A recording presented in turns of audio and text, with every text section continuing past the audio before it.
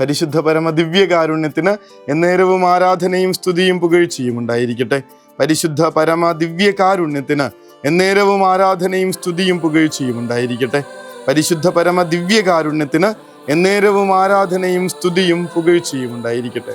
കർത്താവെ, അങ്ങയുടെ കരങ്ങളിൽ എൻ്റെ ആത്മാവിനെ ഞാൻ സമർപ്പിക്കുന്നു. 31-ാമത്തെ സങ്കീർത്തനമാണ്.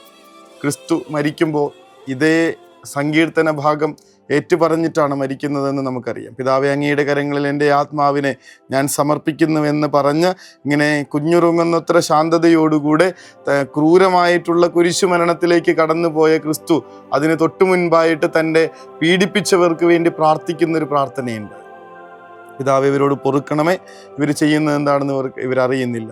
എക്സാക്ട്ലി ഏതാണ്ട് സെയിം അതുപോലെ തന്നെ മരണത്തിലേക്ക് പോയൊരു വിശുദ്ധൻ്റെ തിരുനാളാണ് നമ്മൾ ഇന്ന് ആഘോഷിക്കുന്നത്. പിതാവേ, അങ്ങയുടെ കരങ്ങളിൽ എൻ്റെ ആത്മാവിനെ സമർപ്പിക്കുന്നു എന്നുള്ള വലിയ ഇങ്ങനെ താഴ്മയോടുകൂടെ തനിക്കെതിരെ വരുന്ന മൂർച്ചയേറിയ കല്ലുകളെല്ലാം ശരീരത്തിലേക്ക് സ്വീകരിച്ച്, പിതാവെ, ഇവർ ചെയ്യണത് എന്താണെന്ന് ഇവരറിയണില്ല, ഇവരോട് പൊറുക്കണേ എന്നുള്ള അതേ ക്രിസ്തുമൊഴികൾ അങ്ങനെ തന്നെ ഏറ്റുപറഞ്ഞ് ഇങ്ങനെ സ്വർഗത്തിലേക്ക് നടന്നു പോയ മഹാവിശുദ്ധനായ കത്തോലിക്ക സഭയിലെ ആദ്യ വിശുദ്ധനായ രക്തസാക്ഷിയായ വിശുദ്ധ സ്തെഫാനോസ്. എന്തൊരു ധൈര്യമാണ് ഈ മനുഷ്യന്! നമ്മളെ പലവട്ടം ഈ ഒരു വിശുദ്ധനെ കുറിച്ച് ധ്യാനിക്കുമ്പോൾ ഒക്കെ ഉള്ളിലേക്ക് വരുന്ന ഒറ്റ കാര്യമേ ഉള്ളൂ.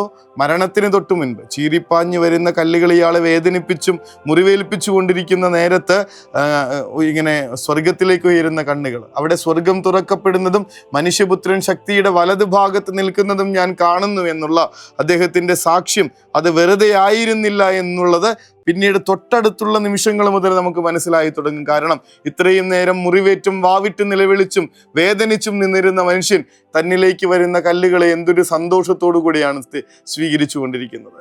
പൂവുകൾ തൻ്റെ ശരീരത്തിൽ വന്ന് പതിക്കുന്ന കണക്ക് ഇയാളെ ഒന്നും ബാധിക്കുന്നില്ല. പിന്നെ പിതാവ്, ഇവരോട് പൊറുക്കണേ എന്നുള്ള വലിയ വലിയ കരുണയുടെ പ്രാർത്ഥനയുമായി ഒരു കുഞ്ഞുറങ്ങുന്നതുപോലെ കർത്താവിൻ്റെ മടിയിലേക്ക് ഇയാൾ തല ചായച്ച് കിടക്കുന്നത് നമ്മൾ കാണുന്നു. ഒറ്റ കാര്യമുള്ളൂ. 121-ാമത്തെ സങ്കീർത്തനം. എനിക്ക് സഹായം എവിടെ നിന്ന് വരുന്നു? ഞാൻ പർവ്വതങ്ങളിലേക്ക് കണ്ണുകൾ ഉയർത്തുന്നു.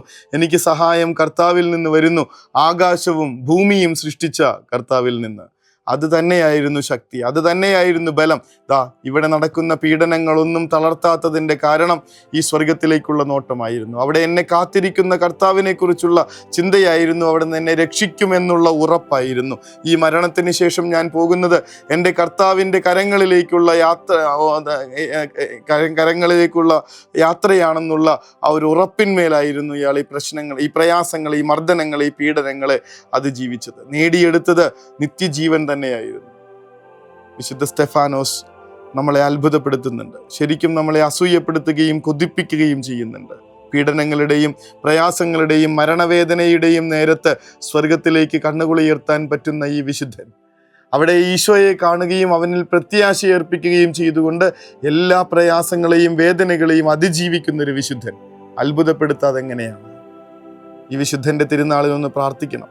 നമ്മുടെ കുടുംബത്തിലും ജീവിതത്തിലും ഇങ്ങനെ നിരന്തരം നടന്നുകൊണ്ടിരിക്കുന്ന പീഡനങ്ങളും വേദനകളും കർത്താവിൽ നിന്ന് കണ്ണെടുത്ത് മാറ്റാതിരിക്കാനായിട്ട് കർത്താവെ എന്നെ സഹായിക്കണമേ എന്ന്, ഈ വിശുദ്ധൻ വഴി ഞങ്ങളെ അതിനെ ശക്തിപ്പെടുത്തണമേ എന്ന് പത്രോസ്ലീഹയ്ക്ക് പറ്റിപ്പോയ തെറ്റ് നമ്മൾ ഇപ്പോൾ മനസ്സിലാക്കുന്നുണ്ട്. കാറ്റും കോളും നിറഞ്ഞ കടലിനു മീതെ ഇയാൾ നടക്കുന്നുണ്ടെന്നേ.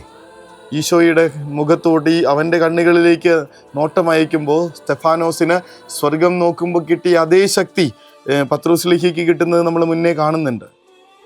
ആ കർത്താവിൻ്റെ മുഖത്തേക്ക് നോക്കി ഈ അലറി മറിയുന്ന കടലലകൾക്ക് മീതെ നടക്കുന്ന ഒരു മനുഷ്യൻ എന്തുകൊണ്ടാണ് പെട്ടെന്ന് താഴേക്ക് താഴ്ന്നു പോകുന്നത്? നോട്ടം മാറിപ്പോകുന്നത് കൊണ്ടാണ്. ചുറ്റും നടക്കുന്നതിനെ ഓർത്ത് ആകുലപ്പെടുന്നത് കൊണ്ടാണ്, ഭയപ്പെടുന്നത് കൊണ്ടാണ്. കർത്താവ് തന്നെ അതേ ചോദ്യം ചോദിക്കുന്നുണ്ട്. അല്പവിശ്വാസി, നീ ഭയപ്പെട്ടത് എന്തിനാണ്? ഭയപ്പെടുന്നവൻ്റെ പേര് വിശ്വാസി എന്നല്ല, അല്പവിശ്വാസി എന്നാണ്. O men of little faith, O man of little faith, ഒട്ടും വിശ്വാസമില്ലാത്തവൻ എന്ന കർത്താവ് പറയുന്നത്. കർത്താവെ, വിശുദ്ധ സ്തെഫാനോസിനെ പോലെ അങ്ങയിൽ പരിപൂർണമായി ആശ്രയിക്കുന്ന യഥാർത്ഥ വിശ്വാസിയായി ജീവിക്കാൻ ഞങ്ങൾക്ക് വരം നൽകണമേ, കരുത്തു നൽകി ആശീർവദിക്കണമേ എന്ന് അപേക്ഷിച്ചുകൊണ്ട് അവിടുത്തെ മുൻപിൽ നമുക്ക് മുട്ടിന്മേലായിരിക്കാം. അവിടുത്തെ അനുഗ്രഹം സ്വീകരിക്കാനായി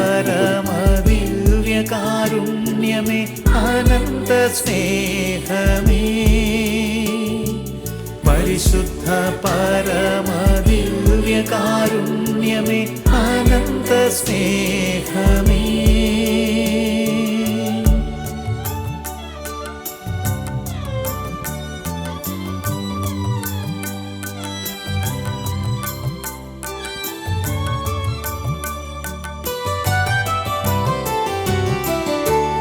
പരിശുദ്ധ പരമ ദിവ്യകാരുണ്യത്തിന് എന്നേരവും ആരാധനയും സ്തുതിയും പുകഴ്ചയും ഉണ്ടായിരിക്കട്ടെ.